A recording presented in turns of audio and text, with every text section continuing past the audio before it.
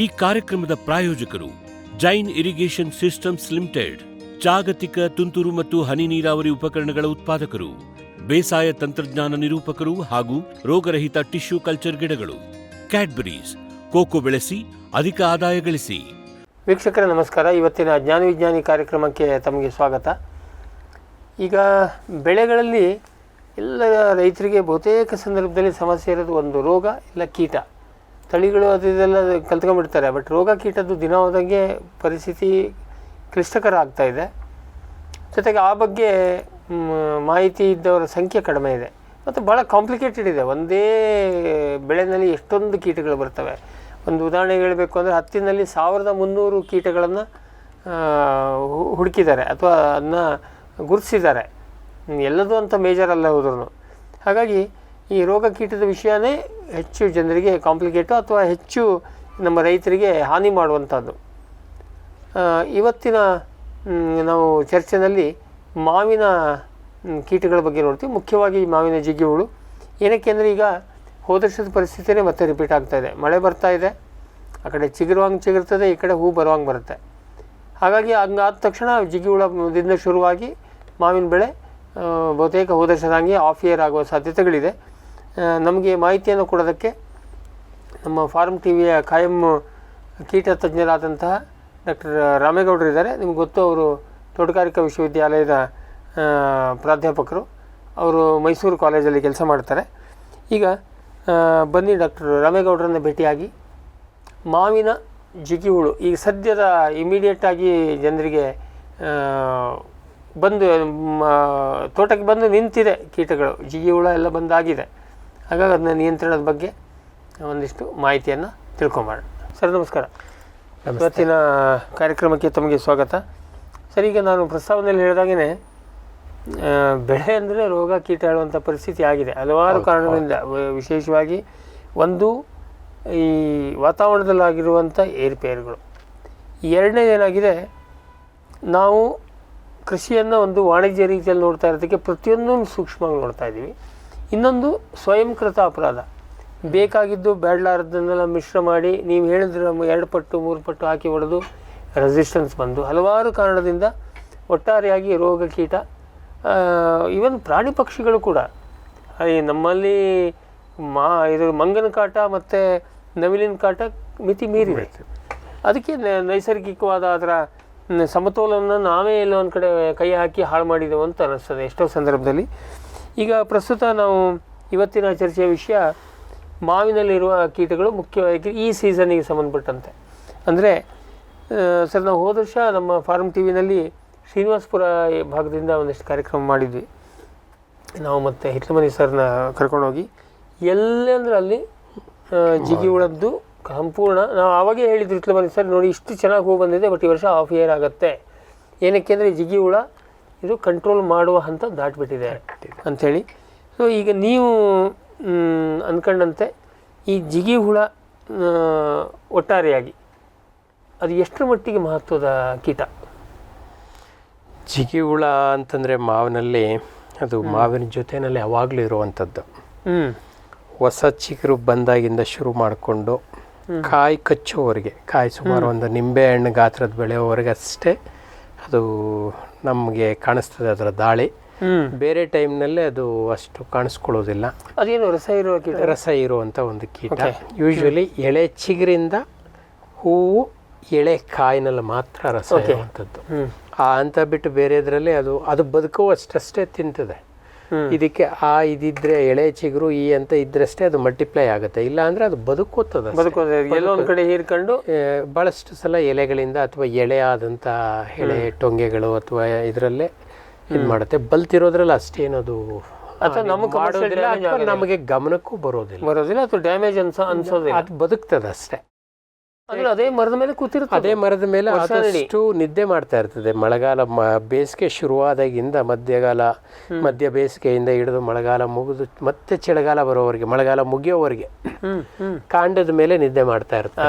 ತೊಗಟೆಗಳಿದಾವೆ, ತೊಗಟೆಗಳ ಸಂಧಿಗಳಲ್ಲಿ ಕೂತ್ಕೊಂಡು ನಿದ್ದೆ ಮಾಡ್ತಾ ಇರ್ತದೆ. ಅವಾಗೇನು ತಿನ್ನೋದಿಲ್ಲ, ಭಾಳಷ್ಟು ಸಲ ತಿನ್ನೋದಿಲ್ಲ. ಕೆಲವೊಂದು ಸಲ ಹೊಟ್ಟೆ ಹಸಿದ್ವು, ಯಾವ ಒಂದು ಸ್ವಲ್ಪ ಬೇಗ ಎದ್ದವಿದ್ದು. ಈಗ ನಾವು ಮಧ್ಯರಾತ್ರಿ ಏನೋ ಎದ್ದು ನೀರು ಕುಡಿತೀವಲ್ಲ, ಆ ರೀತಿ ಅವು ಕೂಡ ಎದ್ದು ಹೋಗಿ ಒಂಚೂರು ನೋಡ್ತವೆ ಎಲ್ಲಾದ್ರೂ ಹಸಿ ಚಿಗುರಿದೆ, ಹೊಸ ಚಿಗುರು ಅಂತಂದ್ರೆ ಅದ್ರಲ್ಲಿ ರಸ ಹೀರ್ಕೊಂಡ್ಬಂದು ವಾಪಸ್ ಅಲ್ಲೇ ಕೂತ್ಕೊಳ್ಳೋದು.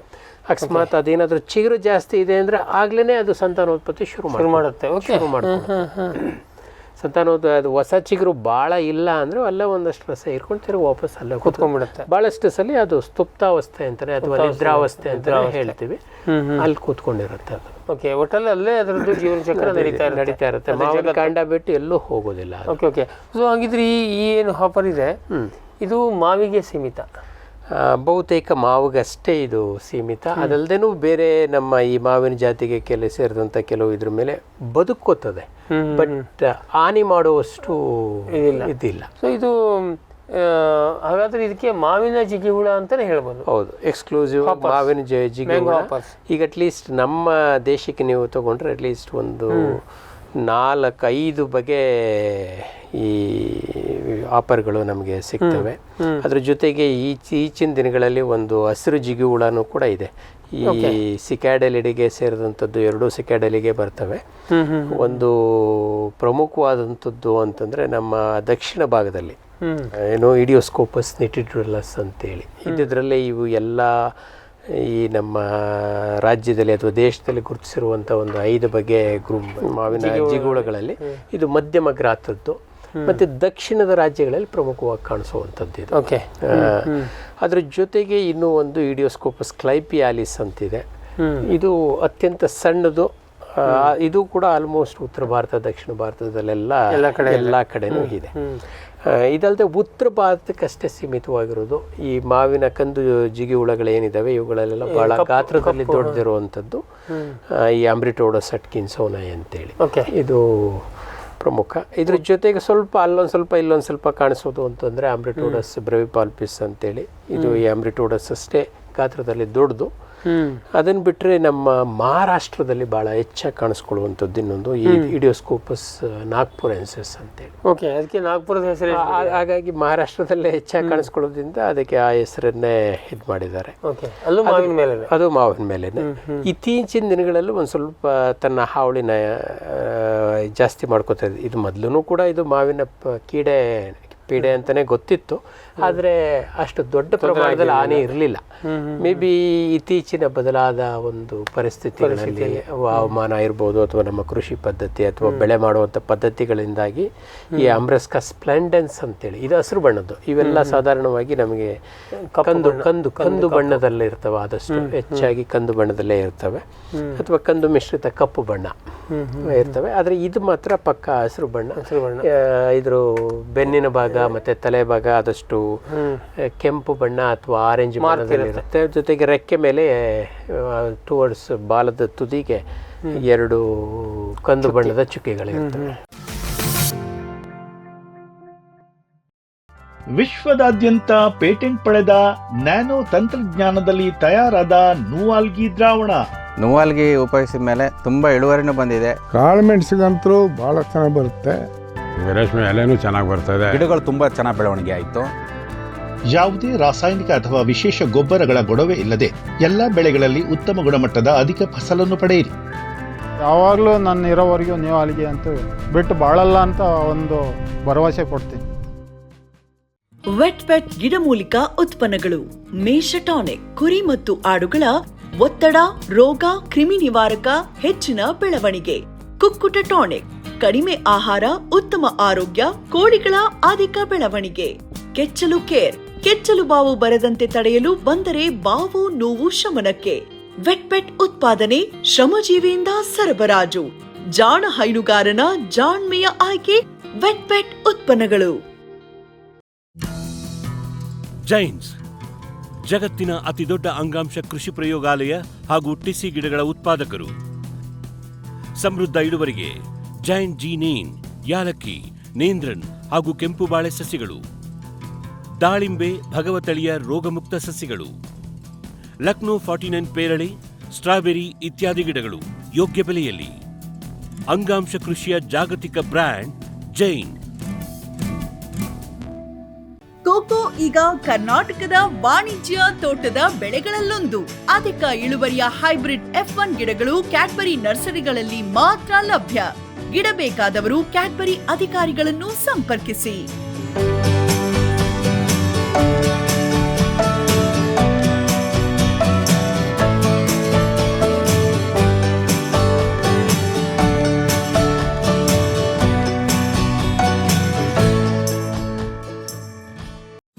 ಫ್ಯೂಚರ್ ಬಯೋಟೆಕ್ ಸಾವಯವ ಕೃಷಿಯ ವೇಗವರ್ಧಕ. ಪೋಷಕಾಂಶ ಪೂರೈಕೆಗೆ ಎನ್ಪಿಕೆ ಕಲ್ಚರ್, ವ್ಯಾಮ್, ಪಿಎಸ್ಪಿ ಮತ್ತು ಕೆಎಂಬಿ. ಜೈವಿಕ ರೋಗ ಕೀಟ ನಿಯಂತ್ರಣಕ್ಕೆ ಟ್ರೈಕೋಡರ್ಮಾ, ಸೂಡೋಮನಾಸ್. ಸಾವಯವ ಗೊಬ್ಬರ ಉತ್ಪಾದನೆಗೆ ಕಾಂಪೋಸ್ಟ್ ಕಲ್ಚರ್. ಹೂವು ಕಾಯಿ ಉದುರುವ ಸಮಸ್ಯೆಗೆ ಕಾಮಧೇನು ಮತ್ತು ಸತ್ವ. ಮಣ್ಣಿನ ಆರೋಗ್ಯ ವೃದ್ಧಿಗೆ ಫ್ಯೂಚರ್ ಬಯೋಟೆಕ್, ಧಾರವಾಡ.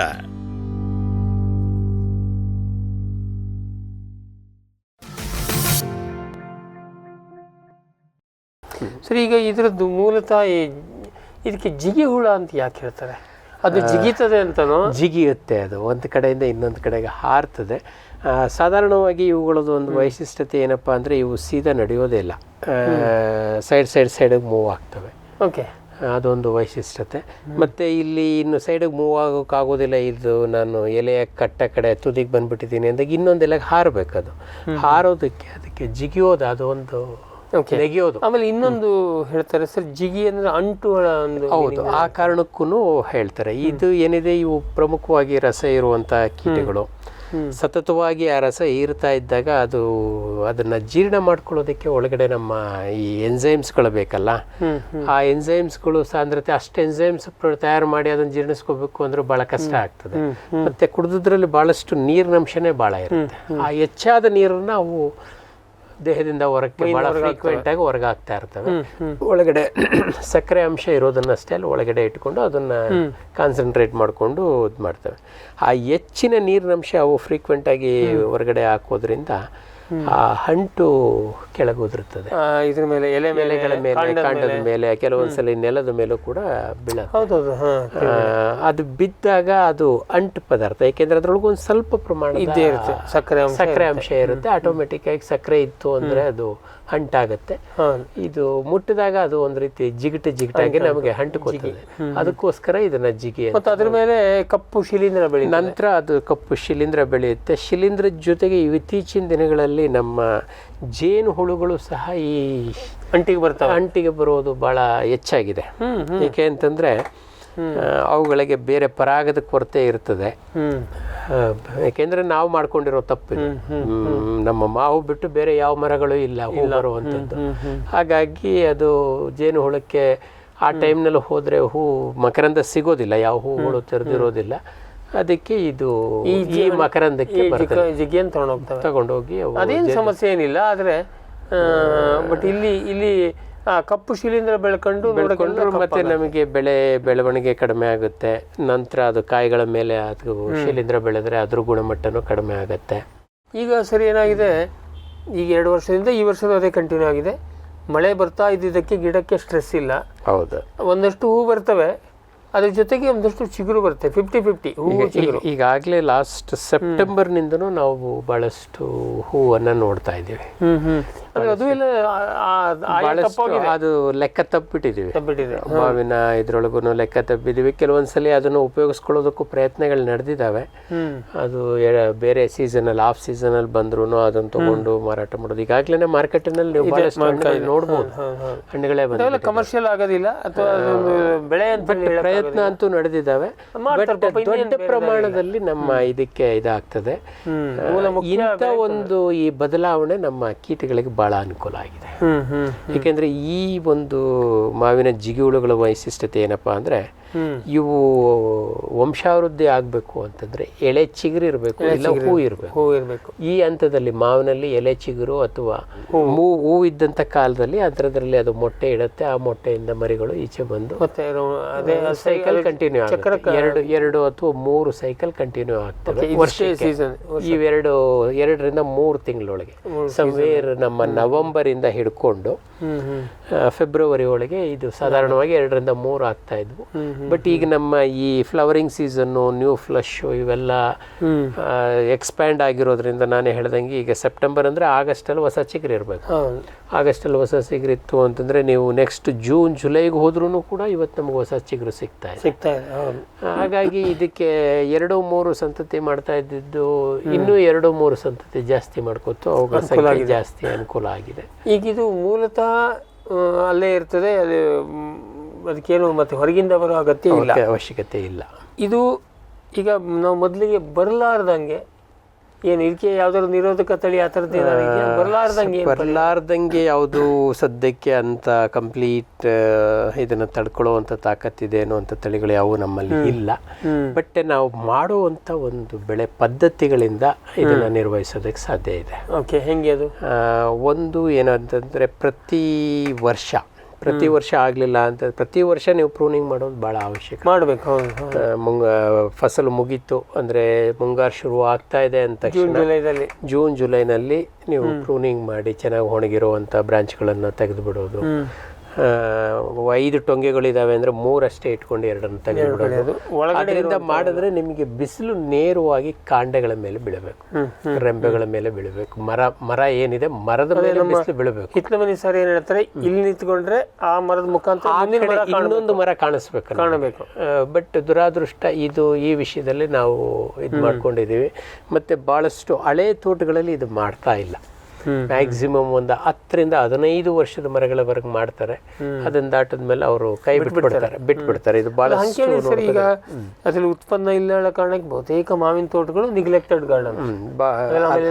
ಅದು ಒಂದು ಮೇ ಬಿ ಈ ಆಬ್ಸೆಂಟಿ ಲ್ಯಾಂಡ್ ಲಾರ್ಡಿಸಮ್ ಒಂದು ಜಾಸ್ತಿ ಆಗಿದೆ. ಮಾವು ಹಾಕ್ಬಿಟ್ರೆ ಏನು ಹೋಗೋದೇ ಬೇಡ ಅಂತ ಅವರು ಹೋಗೋದು, ಫಸಲ್ ಗುತ್ತಿಗೆ ಕೊಟ್ಬಿಡ್ತಾರೆ, ಅದಕ್ಕೆ ಇದು ಮಾಡ್ಕೊಳ್ಳೋದಿಲ್ಲ.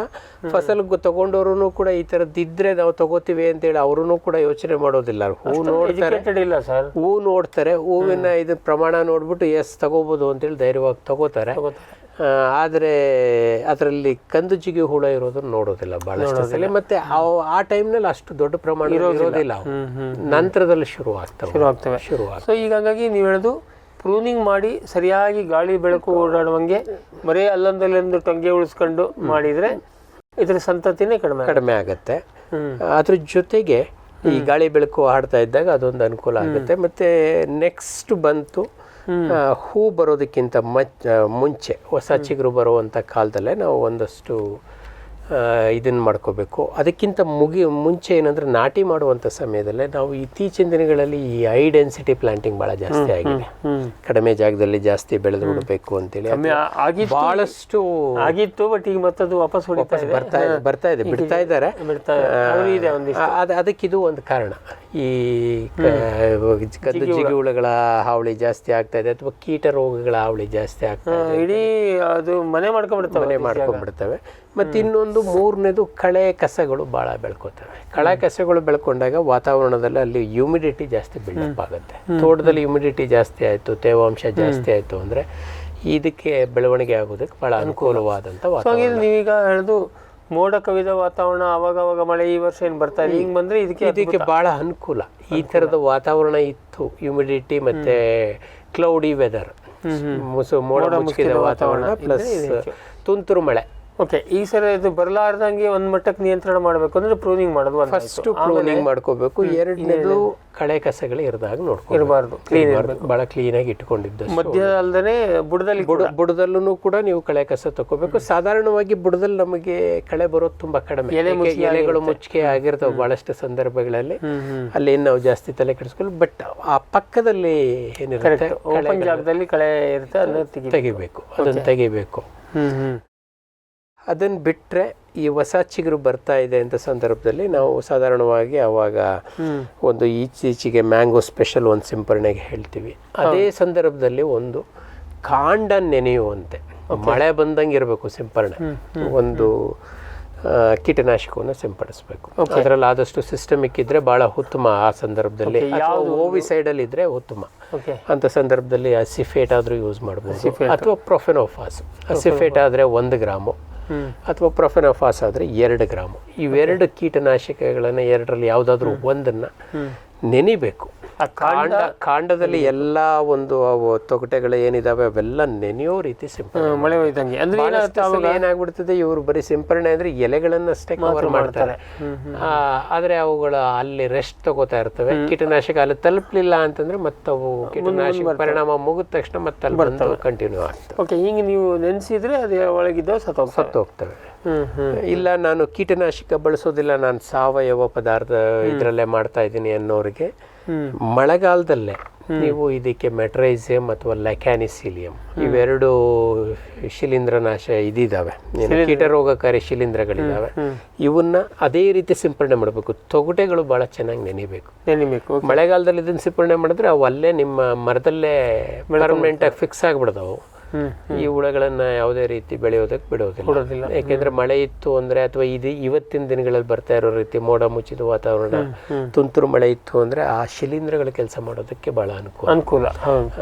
ಯಾರಾದ್ರೂ ಈ ಸಂದರ್ಭದಲ್ಲಿ ನಿಮ್ಮ ತೋಟಗಳಲ್ಲಿ ಮಾವಿನ ಹೂ ಬಂದಿದೆ ಅಥವಾ ಹೊಸ ಚಿಗುರಿದೆ, ಈಗಾಗಲೇ ಬಹಳಷ್ಟು ಹೂ ಬಂದ್ಬಿಟ್ಟಿದ್ದಾವೆ, ಅವರಲ್ಲಿ ಈಗಾಗಲೇ ಏನೂ ನೀವು ಕ್ರಮ ಕೈಗೊಂಡಿಲ್ಲ ಅಥವಾ ಕ್ರಮ ಬೇರೆ ಕೀಟನಾಶಕ ತಗೊಂಡಿದ್ರು ಈಗ ಹೂ ಬರ್ತಾ ಇರೋದ್ರಿಂದ ಈ ಶಿಲೀಂಧ್ರಗಳನ್ನು ಬಳಸೋದ್ರಿಂದ ಸ್ವಲ್ಪ ಅನುಕೂಲ ಆಗುತ್ತೆ. ಈಗಲೂ ಕಾಲ ಮಿಂಚಿಲ್ಲ, ಯಾಕೆಂದ್ರೆ ಮಳೆ ಬರ್ತಾ ಇದೆ. ಹಾಗಾಗಿ ಈ ವಾತಾವರಣ ಅನುಕೂಲಕರ. ಮೆಟ್ರೈಸಿಯಂ ಅಥವಾ ಲೆಕ್ಯಾನಿಸಿಲಿಯಂ ಇದು ಎಕರೆ ಕನಿಷ್ಠ 2 kg ಉಪಯೋಗಿಸ್ಕೋಬಹುದು. ಅಥವಾ 1 ಲೀಟರ್ಗೆ 5 ಗ್ರಾಮು.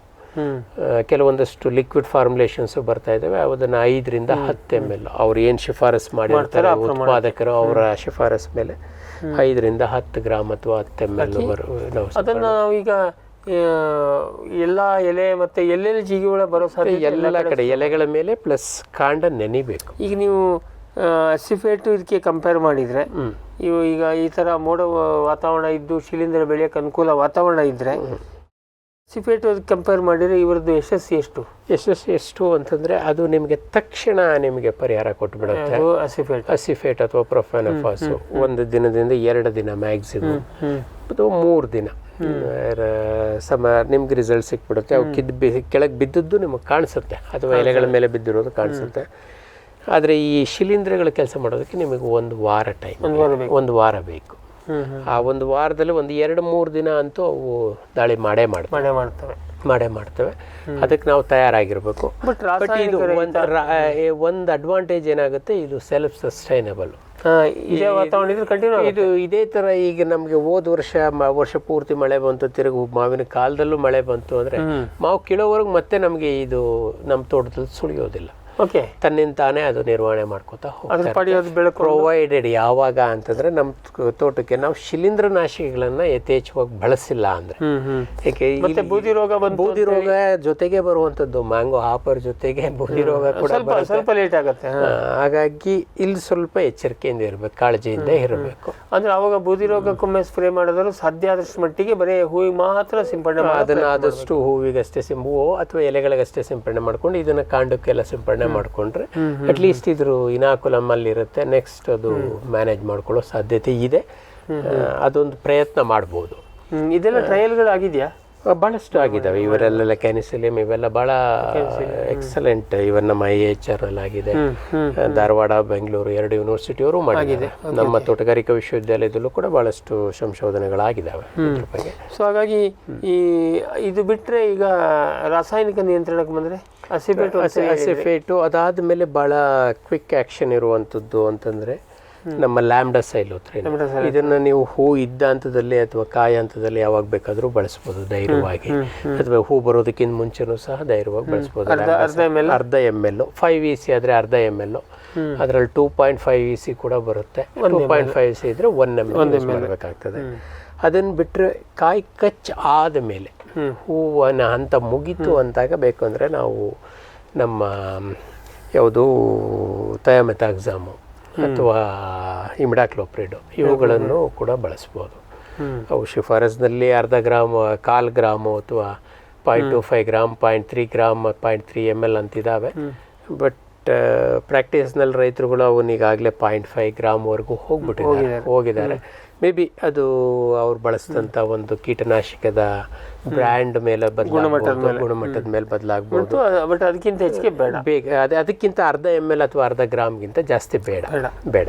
ಸೊ ಈಗ ಇಷ್ಟು ಈ ಥರದ್ದು ಸಿಂಪಡಣೆ ಒಂದು 2 ಸರಿ 3 ಸರಿ ಬೇಕಾಗತ್ತಾ? ಕನಿಷ್ಠ 3 ಸಿಂಪರಣೆ ಬೇಕಾಗ್ತದೆ. ಒಂದು ಹೂಗಿಂತ ಮುಂಚೆ ಎಳೆ ಚಿಗುರಿದ್ದಾಗಲೇ ಒಂದ್ಸಲ, ನಂತರ ಆವಾಗ ನಾನು ಅಸಿಫೇಟ್ ಅಥವಾ ಇದೆ ಏನು ಹೇಳಿದೆ ಅದು, ಅದ್ರ ನಂತರ ಹೂ ಇದ್ದ ಕಾಲದಲ್ಲಿ ನಮ್ಮ ಯಾವುದು ಲ್ಯಾಂಬ್ಡಾ ಸೈಲೋಥ್ರಿನ್, ಅದರ ನಂತರ ಥಯಾಮೆಥಾಕ್ಸಮ್. ಇಲ್ಲ ನಾವು ಇದಕ್ಕೆ ಕೀಟನಾಶಕಗಳಿಗೆ ಹೋಗೋದಿಲ್ಲ, ನಮಗೆ ಸಾವಯವನೇ ಬೇಕು ಅಂತಂದರೆ ನಮ್ಮ ಹತ್ರ ಮೆಟ್ರೈಸಿಯಮ್ ಒಂದು ರೋಗಕಾರಿ ಶಿಲೀಂಧ್ರ, ಬಟ್ ನಾವು ಅಲ್ಲಿ ಫಂಗಿಸೈಡ್ ಯೂಸ್ ಮಾಡ್ತೀವಿ ಅಂದಾಗ ತೊಂದರೆ ಆಗುತ್ತೆ ಅಂದರೆ ನಮ್ಮ ಅಜರ್ಡಕ್ಟಿನ್ ಇದೆ 10,000 ppm, ಅದನ್ನಾದರೂ ಯೂಸ್ ಮಾಡ್ಬೋದು. ಅಥವಾ 50,000 ppm ಸಹ ಇವತ್ತು ಮಾರ್ಕೆಟಲ್ಲಿ ಲಭ್ಯ ಇದೆ, ಅದನ್ನು ಕೂಡ ಚೆನ್ನಾಗಿ ಕೆಲಸ ಮಾಡ್ತಾ ಇದೆ, ಅದನ್ನು ಯೂಸ್ ಮಾಡ್ಕೋಬೋದು.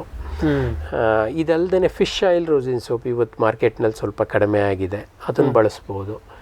ನಮ್ಮ IAHRನವರು ಡೆವಲಪ್ ಮಾಡಿರುವಂಥ ಈ ನೀಮ್ ಆಯಿಲ್ ಮತ್ತು ಹೊಂಗೆ ಆಯಿಲ್ ಸೋಪ್ ಅವು 10 ಗ್ರಾಮ್ ಪ್ರತಿ ಲೀಟ್ರಿಗೆ ಅವು ಕೂಡ ಕೆಲಸ ಮಾಡ್ತವೆ. ಓಕೆ, ಅದು ಸಾಯಿಸ್ತದೆ ಅನ್ನೋದಕ್ಕಿಂತ ಅದು ತಿನ್ನೋದಕ್ಕೆ ಬಿಡೋದಿಲ್ಲ ಅಥವಾ ಅದ್ರ ಮೇಲೆ ಕೂತ್ಕೊಳ್ಳೋಕೆ ಬಿಡೋದಿಲ್ಲ, ತಿನ್ನೋದಿಲ್ಲ, ಅದ್ರ ಜೊತೆಗೆ ಅದು ತಿರುಗಾಡ್ತಾ ಇರ್ತದೆ. ಆಗ ಆಟೋಮೆಟಿಕ್ಕಾಗಿ ಅದು ವೀಕ್ ಆಗುತ್ತೆ, ಸ್ವಲ್ಪ ಮಟ್ಟಿಗೆ ಅದು ವೀಕ್ ಆದಮೇಲೆ ಈಸಿಯಾಗಿ ಸತ್ತೋಗ್ತದೆ. ಓಕೆ, ಅದು ಮರಿ ಹುಳಗಳು ಅಂತೂ ಭಾಳ ಬೇಗ ಸತ್ತೋಗ್ತವೆ, ಪ್ರೌಢ ಅಂತ ಸ್ವಲ್ಪ ಜಾಸ್ತಿ ದಿನಕ್ಕೆ ಒದ್ದಾಡಿ ನಂತರ ಸಾಯ್ತದೆ. ಓಕೆ. ಭೂಮಿದೀಪ ಸಾರಜನಕ ರಂಜಕ ಒದಗಿಸುವ ಸೂಕ್ಷ್ಮಾಣುಜೀವಿ ಮಿಶ್ರಿತ ಸಮೃದ್ಧ ಸಾವಯವ ಎರೆಗೊಬ್ಬರ. ಕಾಳು ಮೆಣಸಿಗೆ ಟ್ರೈಕೋಡರ್ಮಾ ಸಂವರ್ಧಿತ ವಿಶೇಷ ಎರೆಗೊಬ್ಬರ. ಕುದುರೆ, ಹೇಸರಗತ್ತೆ, ಲದ್ದಿಯ ಅಧಿಕ ಪೌಷ್ಟಿಕಾಂಶದ ಅಶ್ವಸಾರ ಎರೆಗೊಬ್ಬರ. NPK, ಲಘು ಮತ್ತು ಸೂಕ್ಷ್ಮ ಪೋಷಕಾಂಶಗಳು, ಸಸ್ಯ ಪ್ರಚೋದಕಗಳು ಹಾಗೂ ಹಾರ್ಮೋನುಗಳ ಆಗರ ಭೂಮಿದೀಪ ಎರೆಗೊಬ್ಬರ. ಜೈನ್ ಇರಿಗೇಷನ್ ಸಿಸ್ಟಮ್ಸ್ ಲಿಮಿಟೆಡ್ ಭಾರತದ ಹನಿ ನೀರಾವರಿ ತಂತ್ರಜ್ಞಾನದ ಪ್ರಥಮ ಪ್ರವರ್ತಕ, ಜಗತ್ತಿನ ಅತಿ ದೊಡ್ಡ ಸ್ಪ್ರಿಂಕ್ಲರ್ಸ್ ಉತ್ಪಾದಕ ಕಂಪನಿ. ಸಂರಕ್ಷಿತ ಕೃಷಿಯಲ್ಲಿ ಹಸಿರು ಮನೆಗಾಗಿ ಮಿಸ್ಟರ್, ಫಾಗರ್, ಫ್ಯಾನ್ ಮತ್ತು ಪ್ಯಾಡ್ ಹಾಗೂ ನೆರಳು ಮನೆ, ಸ್ವಯಂ ಚಾಲಿತ ನೀರಾವರಿ ವ್ಯವಸ್ಥೆ ಮತ್ತು ರಸಾವರಿ ತಂತ್ರಜ್ಞಾನ. ಕೃಷಿಯಲ್ಲಿ ನೀರಿನ ಸಮರ್ಪಕ ಬಳಕೆ ಹಾಗೂ ಉಳಿತಾಯಕ್ಕೆ ಮತ್ತೊಂದು ಹೆಸರು Jain. Next gen life areca boiler dryer. ಅಡಿಕೆ ಬೇಯಿಸಲು ನೀರು, ಕಟ್ಟಿಗೆ, ಅಡಿಕೆ ಹಾಲಿನ ಅವಶ್ಯಕತೆ ಇಲ್ಲ. ಬೆಂದು 60% ಒಣಗಲು ಕೇವಲ 3-4 ಗಂಟೆ, ನಂತರ 2-3 ಬಿಸಿಲು. ಬಣ್ಣ, ಗುಣಮಟ್ಟದಲ್ಲಿ ಬದಲಾವಣೆ ಇಲ್ಲ. 3% ಹೆಚ್ಚಿನ ತೂಕ. ಗಂಟೆಗೆ ಸರಾಸರಿ 3 ಯೂನಿಟ್ ವಿದ್ಯುತ್. 100, 200, 500 ಮತ್ತು 1000 ಕಿಲೋಗ್ರಾಂ ಮಾದರಿಗಳು. ಇದೇ ತಂತ್ರಜ್ಞಾನದ ಯೂನಿವರ್ಸಲ್ ಡ್ರೈಯರ್ ಕೂಡ ಲಭ್ಯ. ಪೇಟೆಂಟ್ ಪಡೆದ ತಂತ್ರಜ್ಞಾನ next gen life. Greenplast ISI ಪ್ರಮಾಣೀಕೃತ ಪರಿಶುದ್ಧ HDPE ಜಿಯೋ ಮೆಂಬ್ರೇನ್ ಪಾಂಡ್ ಲೈನರ್ಗಳು. ಕೃಷಿ ಹೊಂಡ, ಕೆರೆ, ಕಾಲುವೆ, ಮೀನುಕೊಳ, ಸ್ಪಿರುಲಿನಾ ಹೊಂಡಗಳಿಗೆ ಬೇಕಾದ ಆಕಾರ ಮತ್ತು ವಿಸ್ತೀರ್ಣಗಳಲ್ಲಿ ಸರ್ಕಾರದ ಸಬ್ಸಿಡಿ ಯೋಜನೆಯಡಿ ಲಭ್ಯ. 100% ಪುನರ್ಬಳಕೆ, UV ಮತ್ತು ಒಡಕು ನಿರೋಧಕ, ಪಕ್ಕಾ ಜೋಡಣೆ, 5 ವರ್ಷಗಳ ಲಿಖಿತ ವಾರಂಟಿ. ಗ್ರೀನ್ ಪ್ಲಾಸ್ಟ್. ವೆಟ್ಪೆಟ್ ಗಿಡಮೂಲಿಕಾ ಉತ್ಪನ್ನಗಳು. ಬೋವಿಟೋನ್ ವೆಟ್ 33 ಗಿಡಮೂಲಿಕೆಗಳ ಜಾನುವಾರು ಆರೋಗ್ಯವರ್ಧಕ ಟಾನಿಕ್. ದೂದ್ ಪ್ಲಸ್ ಅಧಿಕ ಹಾಲು, ಡಿಗ್ರಿ ಮತ್ತು ಫ್ಯಾಟ್, ರಾಸು ಸುಲಭವಾಗಿ ಹಾಲಿಳಿಸುತ್ತದೆ. ಫಾಸ್ಟ್ ಪ್ಲಸ್ ಗರಿಷ್ಠ ರಂಜಕ, ಕ್ಯಾಲ್ಸಿಯಂ, ಜೀವಸತ್ವಗಳು, ಖನಿಜಗಳು, ಪ್ರೋಬಯೋಟಿಕ್ಸ್ ಇತ್ಯಾದಿ. ಹಸು, ಎತ್ತು, ಎಮ್ಮೆ, ಕೋಣ, ಹಂದಿ, ಕುರಿ, ಆಡು, ಕೋಳಿಗಳಿಗೆ ವೆಟ್ಪೆಟ್ ಫಾರ್ಮುಲೇಷನ್ಸ್ ಉತ್ಪಾದನೆ, ಶ್ರಮಜೀವಿಯಿಂದ ಸರಬರಾಜು. ಜಾಣ ಹೈನುಗಾರನ ಜಾಣ್ಮೆಯ ಆಯ್ಕೆ ವೆಟ್ಪೆಟ್ ಉತ್ಪನ್ನಗಳು. ಸರ್, ಈಗ ಇನ್ನೊಂದು ಮಹತ್ವದ, ಈ ಸ್ವಲ್ಪ ಇನ್ನೂ ಟೈಮ್ ಹಿಡಿತದೆ ಅಂತಂದ್ರೂ ಫ್ರೂಟ್ ಬೋರರ್ ಇನ್ನೊಂದು ತಿಂಗಳಲ್ಲಿ ಕಾಯಿ ಕಟ್ಟಿದ ಹಂತದಲ್ಲಿ ಬರ್ಬೋದು. ಯಾವ ಹಂತದಲ್ಲಿ ಬರುತ್ತೆ ಫ್ರೂಟ್ ಬೋರರು? ಏನದು ಅಂದರೆ ಕಾಯಿ ಕೊರಕ? ಇದು ಇತ್ತೀಚೆಗೆ ಒಂದು 2 ವರ್ಷಗಳಿಂದ ಭಾಳ ಹೆಚ್ಚಾಗಿ ಕಾಣಿಸ್ತಾ ಇರುವಂಥ ಒಂದು ಕೀಟ. ಓಕೆ. ಇದನ್ನಲ್ಲದೆ ಗೇರು ಗೇರ್ನಲ್ಲೂ ಸಹ ಬರುತ್ತೆ. ಆರಂಭದಲ್ಲಿ 2015-16ರಲ್ಲಷ್ಟೇ ಇದು ನಮ್ಮ ಮುಖ್ಯ ಭಾರತ ದೇಶಕ್ಕೆ ಬಂದಿದ್ದು. ಓಕೆ. ಅದಕ್ಕೆ ಮೊದಲು ಭಾರತನೇ ಅಂಡಮಾನ್ನಲ್ಲಷ್ಟೇ ಭಾಳ ಸೀಮಿತವಾಗಿದ್ದಂಥ ಇದೊಂದು ಮಾವಿನ ಹಣ್ಣಿನ ಕೊರಕ. 2015ಕ್ಕಿಂತ ಮೊದಲು ಅಂಡಮಾನ್ ಜೈಲಿನಲ್ಲಷ್ಟೇ ಇತ್ತು ಇದು. 2016-17ರಲ್ಲಿ ನಮ್ಮ ಕೇರಳದಲ್ಲಿ ಒಂದು ನರ್ಸರಿನಲ್ಲಿ ಫಸ್ಟ್ ಟೈಮು ಕ್ಯಾಶ್ಯೂ ಮೇಲೆ ಕಾಣಿಸ್ಕೋತು. ಆಮೇಲಿಂದ ಸಣ್ಣದಾಗಿ ಅಲ್ಲಲ್ಲೇ ಹರಡ್ಕೋತ ಈಗ ಆಲ್ಮೋಸ್ಟ್ ದಕ್ಷಿಣ ಭಾರತದ ಎಲ್ಲ ರಾಜ್ಯಗಳಲ್ಲೂ ಕೂಡ ಇದೆ. ಇದು ಮಾವಿನಲ್ಲೂ ಇದೆ, ಗೇರ್ನಲ್ಲೂ ಇದೆ. ಎರಡು ಬೆಳೆಗಳಿಗೂ ಕೂಡ ಗೇರ್ನಲ್ಲಿ ಹಣ್ಣು ಬೀಜಗಳ ನಡುವೆ ಮಾಡಿ ಅದು ಎರಡನ್ನೂ ತಿಂದು ಬಿಡುತ್ತೆ. ಹಣ್ಣನ್ನು ಕೊರೆದು ಬಿಡುತ್ತೆ, ಕಾಯಿನೂ ಕೊರೆದು ಬಿಡುತ್ತೆ. ಮಾವಿನಲ್ಲಿ ಹಣ್ಣನ್ನೇ ಕೊರೆದು ತಿಂದ್ಬಿಡುತ್ತೆ. ಹಣ್ಣನ್ನು ಸಣ್ಣ ಕಾಯಿಂದ ಹಿಡಿದು ಬಲ್ತ ಹಣ್ಣಿನವರೆಗೂ ಕೂಡ ಇರುತ್ತೆ ಅದು. ಮತ್ತೆ ಕೆಲವೊಂದಷ್ಟು ಸಂದರ್ಭದಲ್ಲಿ ಎಲೆ ಟೊಂಗೆನೂ ಕೂಡ ಇದು ತಿಂದ್ಬಿಡುತ್ತೆ. ಯಾಕೆಂದ್ರೆ ಹಣ್ಣು ಸಿಗಲಿಲ್ಲ ಅಂತಂದ್ರೆ ಟೊಂಗೆನೆ ಅಂದ್ರೆ ಇದನ್ನ ಪಲ್ಪನ್ನು ಕೊರೆದು ತಿನ್ಬಿಡುತ್ತೆ. ಸಣ್ಣ ಕಾಯಿಂದನೇ ಅದು ಕೊರೆದಾಗ ಆಟೋಮೆಟಿಕ್ ಆಗಿ ಅದು ಒಂಚೂರು ಗಾಯ ಆಯ್ತು ಅಂತಂದ್ರೆ ಬಹಳಷ್ಟು ಸಲ ಹಣ್ಣು ಕೆಳಗೆ ಬಿದ್ದು ಹೋಗ್ತದೆ. ಬೀಳಲಿಲ್ಲ ಅಂತಂದ್ರೂ ಮಳೆ ಬಿತ್ತು ಅಥವಾ ಹಿಮ ಬಿತ್ತು ಅಂತಂದಾಗ ಅಲ್ಲಿಗೆ ಬೇರೆ ಯಾರ್ದು ಇನ್ವೇಷನ್ ಆಗಿ ಫಂಗಲ್ ಇನ್ವೇಷನ್ ಆಗುತ್ತೆ. ಕರೆಕ್ಟ್. ಹಣ್ಣು ಕೊಳೆತು ಕೆಳಗೆ ಬಿದ್ದು ಹೋಗ್ತದೆ. ಓಕೆ. ಸೊ ಇದಕ್ಕೆ ಈಗ ಹಾಗಾದರೆ ಇದಕ್ಕೇನು ಪರಿಹಾರ? ಇದಕ್ಕೆ ಪರಿಹಾರ ಅದೇ ಈಗ ಸದ್ಯಕ್ಕೆ ಈಗ ಇನ್ನೂ ಹೊಸದಾಗಿ ಇದು ಬಂದಿರೋದ್ರಿಂದ ಇದಕ್ಕೆ ಯಾವ ಕೀಟನಾಶಕ ಭಾಳ ಪರಿಣಾಮಕಾರಿ ಅನ್ನೋದು ಇನ್ನೂ ಅಥೆಂಟಿಕ್ಕಾಗಿ ಆಗಬೇಕು. ಬಟ್ ನಮ್ಮ ಕೆಲವೊಂದಷ್ಟು ಅಬ್ಸರ್ವೇಷನ್ಸಲ್ಲಿ ನಾವೇನು ಮಾಡಿದ್ದೀವಿ ಅಂದರೆ, ಈಗ ನಮ್ಮ ಮಾವಿನ ಜಿಗಿ ಹುಳಕ್ಕೆ ನಾವು ಕಾಯಿ ಕಚ್ಚಿದ ಮೇಲೆ ಥಯಾಮೆಥಾಕ್ಸಾಮ್ ಹೇಳ್ತೀವಿ. ಅಥವಾ ಥಯಾಮೆಥಾಕ್ಸಾಮ್ ಸಿಗಲಿಲ್ಲ ಅಂದರೆ ಎಮಾಮೆಕ್ಟಿನ್ ಬೆಂಜೋಯೇಟ್ ಹೇಳ್ತೀವಿ. ಇವುಗಳನ್ನು ಇದು ಮಾಡಿದ್ರೆ ಅವು ಆ ಕಡೆ ನಮ್ಮ ಮ್ಯಾಂಗೋ ಆಪರ್ ಕಂದು ಜಿಗಿಹುಳನ್ನ ನಿಯಂತ್ರಣದ ಜೊತೆಗೆ ಈ ಕಾಯಿ ಕೊರಕ ಹುಳುಗಿನ ಆರಂಭಿಕ ಹಂತದಲ್ಲೇ ಇದು ಕಂಟ್ರೋಲ್ ಮಾಡುತ್ತೆ. ಈಗ ಸದ್ಯಕ್ಕೆ ಅದು ಒಂದು ಬೆಸ್ಟ್ ಆಪ್ಷನ್ನು. ನಂತರ ಅದು ಬೆಳೆದ ಹಾಗೆ ಹಣ್ಣು ಮಾಗುವಂಥ ಕಾಲಕ್ಕೆ ಬಂದಾಗ ನಾವು ನಮ್ಮ ನೀಮಜಾಲನ್ನು ಯೂಸ್ ಮಾಡ್ಕೋಬಹುದು. ಏಕೆಂದರೆ ಅದು ಈ ಕೆಮಿಕಲ್ ಮಾಡಿದ್ರೆ ರೆಸಿಡ್ಯೂ ಉಳಿತದೆ. ಏಕೆಂದರೆ ಈ ಎಮಾಮೆಕ್ಟಿನ್ ಬೆಂಜೋಯೇಟ್ ಇರ್ಬೋದು ಅಥವಾ ನಮ್ಮ ಥಯಾಮೆಥಾಕ್ಸಾಮ್ ಇರ್ಬೋದು, ಇವು ಆಲ್ಮೋಸ್ಟ್ 20-30 ದಿನಗಳವರೆಗೆ ಹಣ್ಣಿನಲ್ಲಿ ಶೇಷಾಂಶ ಇರುತ್ತವೆ. ಮತ್ತು ಅದನ್ನು ತಿಂದಾಗ ನಮಗೆ ತೊಂದರೆ ಆಗೋದನ್ನು ತಪ್ಪಿಸೋದಕ್ಕೋಸ್ಕರ ಅಷ್ಟು ದಿನ ಅವಕಾಶ ಕೊಟ್ಟು ನಂತರ ಇದು ಮಾಡೋಣ. ಅದಕ್ಕೆ ಆರಂಭಿಕ ಹಂತದಲ್ಲಿ ಕಾಯಿ ಕಚ್ಚಿದ ಮ್ಯಾಕ್ಸಿಮಮ್ ನಮ್ಮ ಮಾವಿನಕಾಯಿ ಒಂದು ನಿಂಬೆ ಹಣ್ಣು ಗಾತ್ರದಲ್ಲಿರೋವರೆಗೆ ಅಷ್ಟೇ ನಾವು ಈ ಥಯಾಮೆಥಾಕ್ಸಾಮ್ ಅಥವಾ ಎಮಾಮೆಕ್ಟಿನ್ ಬೆಂಜೋಯೇಟ್ ಯೂಸ್ ಮಾಡಿ, ಅದರ ನಂತರ ನಾವು ಬರೀ ಕೇವಲ ನೀಮಜಾಲ್ ಯೂಸ್ ಮಾಡೋದು ಅಥವಾ ಅಜರ್ಡಕ್ಟಿನ್ ಯೂಸ್ ಮಾಡೋದು ಬಹಳ ಉತ್ತಮ. ಈ ನೀಮಜಾಲು ಮತ್ತು ಅಜರ್ಡಕ್ಟಿನ್ ಏನು? ನೀಮಜಾಲ್ ಅಂದರೆ ಅದೊಂದು ಟ್ರೇಡ್ ನೇಮ್ ಅಷ್ಟೇ, ಒಂದು ಯಾವುದೋ ಒಂದು ಕಂಪನಿಯ ಟ್ರೇಡ್ ನೇಮು. ಅಜರ್ಡಕ್ಟಿನ್ ಅದು ಆಕ್ಟಿವ್ ಇಂಗ್ರೀಡಿಯೆಂಟ್. ಓಕೆ ಸರ್, ಈಗ ಇನ್ನೊಂದು ಮಹತ್ವದ್ದು ಅಂತ ಹೇಳ್ಬೋದು ಮಾವಿನಲ್ಲಿ. ಮಹತ್ವದ್ದು ಅಂತಂದ್ರೆ ಹಣ್ಣಿನ ನೊಣ ಇನ್ನೇನು ಹಣ್ಣು ಬಲಿತಾ ಇದೆ ಅಂದಾಗಷ್ಟೇ ಇದು ನಮ್ಮಲ್ಲಿ ಎಂಟರ್ ಆಗುತ್ತೆ. ಮೊನ್ನೆವರೆಗೆ ಸರಿ ಇತ್ತು, ಈಗ ನೋಡಿದ್ರೆ ಹುಳ ಆಗಿದೆ ಅಂತ. ವಿಶೇಷವಾಗಿ ಮಳೆ ಪ್ರಾರಂಭ ಅಂತ ಜೂನ್ 15 ಸುತ್ತಮುತ್ತ ಗ್ಯಾರಂಟಿ ಬಹಳ ಜಾಸ್ತಿ. ಈವನ್ ಸಾಧಾರಣವಾಗಿ ನಮ್ಮ ಬೇಸಿಗೆ ಮಳೆ ಯಾವಾಗ ಬೇಸಿಗೆ ಮಳೆ ಶುರುವಾಗುತ್ತೋ, ಬೇಸಿಗೆ ಮಳೆ ಬಿತ್ತು ಅಂತಂದ್ರೆ ಇವು ಮಣ್ಣಿಂದ ಎದ್ದೇಳ್ತವೆ, ಆಚೆ ಬರ್ತವೆ. ಅದು ಹೆಚ್ಚಾನೆಚ್ಚು ಇದೊಂದು ನಮ್ಮ ಮಾವಿನ ಸ್ಥಳೀಯ ಮಾರುಕಟ್ಟೆಗೆ ಅಲ್ಲದೇನೂ ಕೂಡ ಎಕ್ಸ್ಪೋರ್ಟ್ಗಂತೂ ಇದು ಭಾಳ ತೊಂದರೆ ಕೊಡುವಂಥ ಕೀಟ. ಇಲ್ಲಿಂದ ಭಾಳಷ್ಟು ಸಂದರ್ಭಗಳಲ್ಲಿ ಇಲ್ಲಿ ನಿಮ್ಮಿಂದ ನಮಗೆ ಹಣ್ಣಿನ ನೊಣ ಬರೋ ಸಾಧ್ಯತೆ ಇದೆ ಅಂತೇಳಿ ಆಸ್ಟ್ರೇಲಿಯಾದವ್ರು ಇರ್ಬೋದು ಅಥವಾ ಅಮೇರಿಕಾದವ್ರು ಇರ್ಬೋದು ಅಥವಾ ಯುರೋಪ್ನವ್ರು ಇರ್ಬೋದು, ಫಸ್ಟ್ ಕ್ವಾರಂಟೈನ್ ಚೆಕ್ ಇಲ್ಲದೆ, ಕ್ವಾರಂಟೈನ್ ಸರ್ಟಿಫಿಕೇಟ್, ಫೈಟೋಸ್ಯಾನಿಟರಿ ಸರ್ಟಿಫಿಕೇಟ್ ಇಲ್ಲದೆ ಇದನ್ನು ಹೊಳಕ್ಕೆ ಅವ್ರು ಬಿಟ್ಕೊಳ್ಳೋದಿಲ್ಲ. ಅದು ಮಾಡಬೇಕು. ಇದನ್ನು ತಗೋಬೇಕು ಅಂತಂದರೆ ನಾವು ಅವರ ಒಂದು ಕ್ವಾರಂಟೈನ್ ಪೀಪಲ್ ನಮ್ಮ ಈ ಫೆಸಿಲಿಟಿಗೆ ಬಂದು ನಮ್ಮ ಜೊತೆ ನಮ್ಮ ತಜ್ಞರ ಜೊತೆ ಸೇರಿಕೊಂಡು ಅವರು ಕೂಡ ಪರಿಶೀಲಿಸಿ ಇಲ್ಲ ಇದರಲ್ಲಿ ಅಥವಾ ಅದಕ್ಕೆ ಬೇಕಾದಂಥ ಒಂದು ಟ್ರೀಟ್ಮೆಂಟ್ ಮಾಡಿದ್ದಾರೆ, ಈಗ ಗಾಮಾ ರೇಡಿಯೇಷನ್ ಮಾಡ್ತಾರೆ ಅಥವಾ ಹಾಟ್ ವಾಟರ್ ಟ್ರೀಟ್ಮೆಂಟ್ ಮಾಡ್ತಾರೆ, ಅದನ್ನು ಮಾಡಿದ್ದಾರೆ ಅಂತ ಕನ್ಫರ್ಮ್ ಮಾಡಿಕೊಂಡು ಮೇಲಷ್ಟೇ ಆದೇಶಕ್ಕೆ ಹೋಗಿ. ಈಗ ಗಾಮಾ ರೇಡಿಯೇಷನ್ ಮಾಡಿದ್ರೆ ಒಳಗಿಂದೊಳಗೆ ಸತ್ತೋಗ್ತದೆ. ಅದು ಯಾವ ಹಂತದಲ್ಲಿ ಇರುತ್ತೋ ಆ ಹಂತದಲ್ಲೇ ಸತ್ತೋಗ್ತದೆ. ಅದನ್ನು ಅಟ್ಲೀಸ್ಟ್ ಅಲ್ಲಿ ಮತ್ತೆ ಅವ್ರ ದೇಶಕ್ಕೆ ಹೋದಾಗ ಸೆಗ್ರಿಗೇಟ್ ಮಾಡಿದಾಗ ಈ ಕೊಳ್ತಿರೋ ಹಣ್ಣನ್ನು ಒಂದಷ್ಟು ಅವ್ರು ತೆಗೆದು ಮತ್ತೆ ಅವರಲ್ಲಿ ಡಿಸ್ಪೋಸ್ ಮಾಡ್ತಾರೆ. ಗಾಮಾ ರೇಡಿಯೇಷನ್ ಅಂತ ಬಳಕೆ ಮಾಡಿದ್ರೆ ಹಣ್ಣಿನ ಟಿಶ್ಯೂಗಳಿಗೆ ಏನಾಗುತ್ತೆ? ಏನು ಸಾಧಾರಣವಾಗಿ ಏನು ಆಗೋದು, ಏನು ಈವನ್ ಅದು ಜೀವಕ್ಕೆ ಏನೋ ತೊಂದರೆ ಮಾಡಿಲ್ಲ. ಯಾಕೆ ಅಂತಂದರೆ ಭಾಳಷ್ಟು ಸಂದರ್ಭಗಳಲ್ಲಿ ಸೀಡ್ ಪರ್ಪಸ್ ಯೂಸ್ ಮಾಡಿದಾಗ ಅಷ್ಟೇ ಅದನ್ನು ಬೇಡ ಅಂತ ಹೇಳ್ತಾರೆ. ಆಹಾರ ಪದಾರ್ಥವಾಗಿ ಅದನ್ನು ಯೂಸ್ ಮಾಡ್ಕೊಳ್ಳೋದಕ್ಕೆ ಏನೂ ತೊಂದರೆ ಮಾಡಿಲ್ಲ ಅದು. ಬಟ್ ನಾವು ಅದಕ್ಕೆ ನೇರವಾಗಿ ಎಕ್ಸ್ಪೋಸ್ ಆಗಬಾರ್ದು ಅಷ್ಟೇ. ಓಕೆ, ಗಾಮಾ ರೇಡಿಯೇಷನ್ ಫೆಸಿಲಿಟಿ ಅದನ್ನ ಯೂಶಲಿ ಅವೆಲ್ಲ ಸೇಫ್ಟಿ ಇದಾವೆ ಇರ್ತವೆ. ಬಟ್ ಗ್ರಾಹಕರಿಗೆ ಏನು ಸಮಸ್ಯೆ ಇಲ್ಲ, ಗ್ರಾಹಕರಿಗೆ ಸಮಸ್ಯೆ ಇಲ್ಲ, ಅದು ಎಲ್ಲೂ ಉಳ್ಕೊಳ್ಳೋದಿಲ್ಲ, ಅದು ಅಷ್ಟೇ ಆ ಹಂತದಲ್ಲಿ ಮುಗಿದು ಹೋಗ್ಬಿಡುತ್ತೆ. ಹಣ್ಣು ಅದನ್ನೇನು ಹಿಡಿದಿಟ್ಕೊಳ್ಳುವಂಥ ತಾಕತ್ತಿಲ್ಲ. ಇಲ್ಲ, ಈ ಕೆಮಿಕಲ್ ಥರ ಇಲ್ಲ, ಏನು ಹೊಳೆಯೋದಿಲ್ಲ, ಏನು ಹೊಳೆಯೋದಿಲ್ಲ. ಸೊ ಹಾಗಾಗಿ ಇದು ಬೆಳಕು ಬಂದು ಹೋದಾಗ ಅಷ್ಟೇ ಒಂದ್ಸರಿ ಪಾಸ್ ಆಗಿ ಹೋಗ್ತದೆ. ಓಕೆ, ಬೆಳೆಯ ಹಂತದಲ್ಲಿ ಅದ್ರ ಜೊತೆಗೆ ಮಾವಿನ ಇದು ಬಂತು ಅಂದರೆ ಮಾವಿನಕಾಯಿ ಇನ್ನೊಂದು ತಿಂಗಳಿನಲ್ಲಿ ಮಾಗ್ತಾ ಇದೆ, ಕಟಾವಿಗೆ ಬರುತ್ತೆ ಅನ್ನೋ ಟೈಮ್ನಲ್ಲೇ ನಾವು ಇದಕ್ಕೆ ಮೋಹಕ ಬಲೆಗಳನ್ನು ಹಾಕೋಬೇಕು. 1 ಎಕರೆಗೆ ಕನಿಷ್ಠ 10 ಮೋಹಕ ಬಲೆಗಳನ್ನು ಹಾಕೋಬೇಕು. ಅದು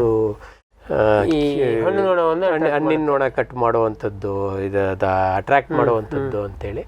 ಅದ್ರ ಜೊತೆಗೆ ವಾರಕ್ಕೆ ಒಂದು ಸಲ ಈ ನೀಮಜಾಲ್ ಅನ್ನೋದನ್ನು ಸಿಂಪರಣೆ ಮಾಡಬೇಕು, ಅಥವಾ ಅಜರ್ಡಕ್ಟಿನ್ ಅನ್ನು ಸಿಂಪರಣೆ ಮಾಡಬೇಕು ಕಾಯಿಗೆ. ಕಾರಣ ಇಷ್ಟೇ, ಈ ಅಜರ್ಡಕ್ಟಿನ್ ವಾಸನೆಗೆ ಈ ಹೆಣ್ಣು ನೊಣ ಅಲ್ಲಿ ಹೋಗಿ ಮೊಟ್ಟೆ ಇಡೋದಕ್ಕೆ ಹೋಗೋದಿಲ್ಲ. ಅಟ್ ದ ಸೇಮ್ ಟೈಮ್ ಅದು ಮೋಹಕ ಬಲೆ ಎಲ್ಲಾ ಗಂಡು ನೊಣಗಳನ್ನ ಅದು ಅಲ್ಲಿ ತಗೊಂಡೋಗಿ ಟ್ರ್ಯಾಪ್ ಮಾಡಿಬಿಡುತ್ತೆ. ಹೆಣ್ಣು ನೊಣಗಳಿಗೆ ಗಂಡು ನೊಣಗಳು ಸಿಗೋದಿಲ್ಲ, ಅವು ಮೊಟ್ಟೆ ಇಟ್ಟರು ಕೂಡ ಫಲಿತ ಮೊಟ್ಟೆಗಳಾಗಿರೋದಿಲ್ಲ ಅವು. ಇದೊಂದು ಮೊಟ್ಟೆ ಮರಿ ಬರೋದಿಲ್ಲ. ಇಷ್ಟು ಮಟ್ಟಿಗೆ ಅದರದ್ದು ಪಾಪ್ಯುಲೇಷನ್ ಇದು ಸುಮಾರು ಒಂದು 20 ವರ್ಷಗಳ ಕೆಳಗೆ ಬಂತು. ಇವತ್ತೇನಾದರೂ ನಾವು ಮಾವಿನ ಉತ್ಪಾದನೆ ಅಥವಾ ರಫ್ತಿನಲ್ಲಿ ಇವತ್ತು ಇನ್ನೂ ಅಗ್ರಗಣ್ಯರಾಗಿದ್ದೀವಿ ಅಂತಂದ್ರೆ ಇದು ಒಂದು ತಂತ್ರಜ್ಞಾನ ಅದಕ್ಕೆ ಬಹಳ ಕಾಣಿಕೆ ನೀಡಿದೆ. ಫೆರಮೋನ್ ಟ್ರ್ಯಾಪ್, ಮೋಹಕ ಬಲೆ, IAHR ನವರ ಒಂದು ಆವಿಷ್ಕಾರ ಇದು. ದೊಡ್ಡ ಪ್ರಮಾಣದಲ್ಲಿ ಇದನ್ನ ಪಾಪ್ಯುಲರೈಸ್ ಮಾಡಿ ಅದನ್ನ ಕಡಿಮೆ ಬೆಲೆಗೆ ಲಭ್ಯ ಆಗೋ ರೀತಿ ಮಾಡಿರುವಂಥದ್ದು IAHR ಅವ್ರ ಪ್ರಯತ್ನ. ಇವತ್ತು ಬಹಳಷ್ಟು ಜನ ಇದರಲ್ಲಿ ಉದ್ಯೋಗ ಕಂಡುಕೊಂಡಿದ್ದಾರೆ. ಮಾವಿನ ಫೆರಮೋನ್ ಟ್ರ್ಯಾಪ್ ಮಾಡಿ ಇದ್ರ ಜೊತೆಗೆ ಹಲವಾರು ಹಣ್ಣುಗಳು ಬೇಕು. ಇದು ಮಾವಿನ ಹಣ್ಣು ಬಹಳ ಮುಖ್ಯವಾಗಿ ಮಾಡ್ತಾ ಇದ್ದಾರೆ. ವೀಕ್ಷಕರೇ, ಇಷ್ಟೊತ್ತು ನಮ್ಮ ಮಾವಿನ ಪ್ರಮುಖ ಕೀಟಗಳ ಬಗ್ಗೆ ನೋಡಿದ್ರಿ. ಇದು ಸಾಂದರ್ಭಿಕವಾಗಿ ಈಗ ನಾವು ರೈತರು ಯಾವುದಕ್ಕೆ ಫೋಕಸ್ ಮಾಡಬೇಕು ಅನ್ನೋದನ್ನು ನಾವು ಮಾಡಿದ್ವಿ. ಯಾಕೆಂದರೆ ಹಿಂಗೆ ಹುಡ್ಕೊಂಡೋದ್ರೆ ಮಾವಿನಲ್ಲಿ ಇನ್ನೂ ಹಲವಾರು ಮಹತ್ವದ ಕೀಟಗಳೇ ಇದ್ದಾವೆ. ಅದು ಸ್ಟೆಂಬೋರರ್ ಇರ್ಬೋದು, ಇನ್ನೂ ಹಲವಾರು ಬರ್ತವೆ. ಬಟ್ ಮುಖ್ಯವಾಗಿ ಈಗ ಎಲ್ಲರಿಗೂ ತಲೆಬಿಸಿ ಮಾಡೋದು, ಈ ವರ್ಷವೂ ಬೆಳೆಯನ್ನು ಹಾಳು ಮಾಡಿ ಈ ವರ್ಷವೂ ಆಫ್ ಇಯರ್ನ ಮಾಡುವ ಪರಿಸ್ಥಿತಿ. ಈ ವಾತಾವರಣ ನೋಡಿದ್ರೆ ಹಂಗೆ ಇದೆ. ಚಳಿಗಾಲನೇ ಬಿದ್ದಿಲ್ಲ, ಸ್ಟ್ರೆಸ್ಸು ಇಲ್ಲ, ಗಿಡ ಹೂವು ಜೊತೆಗೆ ಈಗ ಚಿಗುರು ಬರುವಂಥ ಅನಿವಾರ್ಯತೆ ಸೃಷ್ಟಿಯಾಗ್ತಾ ಇದೆ 2ನೇ ವರ್ಷ ಸತತವಾಗಿ. ಹಾಗಾಗಿ ಈಗ ನಾವು ಮಹತ್ವದ್ದು ಇರುವಂತಹ ಕೀಟಗಳನ್ನು ಚರ್ಚೆ ಮಾಡಿದ್ವಿ. ಇನ್ನು ಹಂತವಾಗಿ ಮಾವಿನ ಬೆಳೆ ಮುಂದಿನ ಹಂತಕ್ಕೆ ಹೋದಾಗ ಮತ್ತೆ ಸರತಿ ಚರ್ಚೆ ಮಾಡಿ ಮುಂದಿನ ಇದನ್ನೇ ತಿಳ್ಕೊಳ್ಳೋಣ. ಇವತ್ತಿನ ಕಾರ್ಯಕ್ರಮ ನಿಮಗೆ ಪ್ರಯೋಜನಕ್ಕೆ ಬಂತು ಅಂತ ಅಂದ್ಕೊಂಡು ಇಷ್ಟೊತ್ತು ನಮಗೆ ಮಾಹಿತಿಯನ್ನು ಕೊಟ್ಟಿದ್ದಕ್ಕೆ ನಮ್ಮ ವಾಹಿನಿಯ ಪರವಾಗಿ ಮತ್ತು ನಿಮ್ಮೆಲ್ಲರ ಪರವಾಗಿ ರಾಮೇಗೌಡ ಸರಿಗೆ ಧನ್ಯವಾದವನ್ನು ಹೇಳೋಕ್ಕೆ ಇಷ್ಟಪಡ್ತೀವಿ. ವೀಕ್ಷಕರೇ, ನೋಡಿ ನಾವು ಇದೆಲ್ಲದನ್ನೂ ಬ್ಯಾಲೆನ್ಸ್ ಮಾಡ್ತೀವಿ. ಅದರಲ್ಲೂ ವಿಶೇಷವಾಗಿ ರಾಮೇಗೌಡರದ್ದು ವಿಶೇಷ ಅಂದರೆ ಏನೆಲ್ಲ ರಾಸಾಯನಿಕ ರಹಿತ ಉಪಾಯಗಳಿದೆಯೋ ಅದನ್ನು ತಪ್ಪದೇ ಹೇಳ್ತಾರೆ, ಅಥವಾ ಅದನ್ನು ಪ್ರಾರಂಭದಲ್ಲಿ ಹೇಳ್ತಾರೆ. ಅದಕ್ಕೆ ಬಗ್ಗಿಲ್ಲ ಅಂದರೆ ಮತ್ತು ನೀವು ಕೆಮಿಕಲಿಗೆ ಹೋಗೋದು. ಮತ್ತು ರಾಸಾಯನಿಕ ರಹಿತ ಮಾಡಿದಾಗ ಸ್ವಲ್ಪ ಪೇಷನ್ಸ್ ಬೇಕು, ಸ್ವಲ್ಪ ದಿನ ಟೈಮ್ ಆಗುತ್ತೆ, ಆದರೆ ಅದು ಹೆಚ್ಚು ಪರಿಣಾಮಕಾರಿ ಲಾಂಗ್ ರನ್ನಲ್ಲಿ. ಇದನ್ನು ಹೇಳ್ತೀವಿ. ಈ ವಿಜ್ಞಾನಿಗಳನ್ನು ಬರೀ ಕೆಮಿಕಲನ್ನು ಬರ್ಕೊಡೋರು ಹೇಳೋದು ತಪ್ಪು. ಅದು ಯಾರೋ ಮಾಡಿರ್ತಾರೆ, ಅಥವಾ ನೀವು ಹಾಗೆ ಕೇಳಿಸ್ಕೊಂಡಿರ್ತಾರೆ, ಅಥವಾ ಕೆಲವು ಸರಿ ಇವರೇ ತಮ್ಮ ಅನುಕೂಲಕ್ಕಾಗಿ ಅವ್ರಿಗೆ ಫಸ್ಟ್ ಕೆಮಿಕಲ್ ಬೇಕು, ಇದಕ್ಕಿಂತ ಇನ್ನೂ ಹೈಯೆಸ್ಟ್ ಸ್ಟ್ರಾಂಗು, ಆಮೇಲೆ 2 ಮೇಲೆ ಹೇಳಿದ್ರೆ 4 ಮೇಲೆ ಹಾಕಿ ಹೊಡೆಯೋದು ಇದು. ಹಾಗಾಗಿ ಇದು ವಿಜ್ಞಾನಿಗಳನ್ನು ಬ್ಲೇಮ್ ಮಾಡಿದರೆ ಅದರಲ್ಲಿ ಇದಿಲ್ಲ. ನೋಡಿ, ಈ ಕಾರ್ಯಕ್ರಮ ನೋಡಿದ್ರೆ ನಿಮ್ಗೆ ಅರ್ಥ ಆಗುತ್ತೆ. ಈ ಎಲ್ಲದನ್ನು ವ್ಯವಸ್ಥಿತವಾಗಿ ಇಂಟಿಗ್ರೇಟೆಡ್ ಅಪ್ರೋಚ್ನಲ್ಲೇ ಹೇಳ್ತಾರೆ. ಅದನ್ನು ಬಳಕೆ ಮಾಡ್ಕೊಳ್ಳೋದು ಬಿಟ್ಟಿದ್ದು ಅದು ಆಯಾ ರೈತರಿಗೆ ಸಂಬಂಧಪಟ್ಟ ವಿಚಾರ. ಇಷ್ಟು ಹೇಳಿ ಇವತ್ತಿನ ಈ ವಿಜ್ಞಾನಿ ಕಂತನ್ನು ಮುಗಿಸೋಣ. ಕಾರ್ಯಕ್ರಮ ನೋಡಿದ್ದಕ್ಕೆ ನಿಮಗೂ ಕೂಡ ಧನ್ಯವಾದವನ್ನು ಹೇಳ್ತಾ ಇವತ್ತಿನ ಕಂತನ್ನು ಮುಗಿಸ್ತಾ ಇದ್ದೀವಿ. ನಮಸ್ಕಾರ. ಈ ಕಾರ್ಯಕ್ರಮದ ಪ್ರಾಯೋಜಕರು ಜೈನ್ ಇರಿಗೇಷನ್ ಸಿಸ್ಟಮ್ಸ್ ಲಿಮಿಟೆಡ್, ಜಾಗತಿಕ ತುಂತುರು ಮತ್ತು ಹನಿ ನೀರಾವರಿ ಉಪಕರಣಗಳ ಉತ್ಪಾದಕರು, ಬೇಸಾಯ ತಂತ್ರಜ್ಞಾನ ನಿರೂಪಕರು ಹಾಗೂ ರೋಗರಹಿತ ಟಿಶ್ಯೂ ಕಲ್ಚರ್ ಗಿಡಗಳು. ಕ್ಯಾಡ್ಬರೀಸ್, ಕೋಕೋ ಬೆಳೆಸಿ ಅಧಿಕ ಆದಾಯ ಗಳಿಸಿ.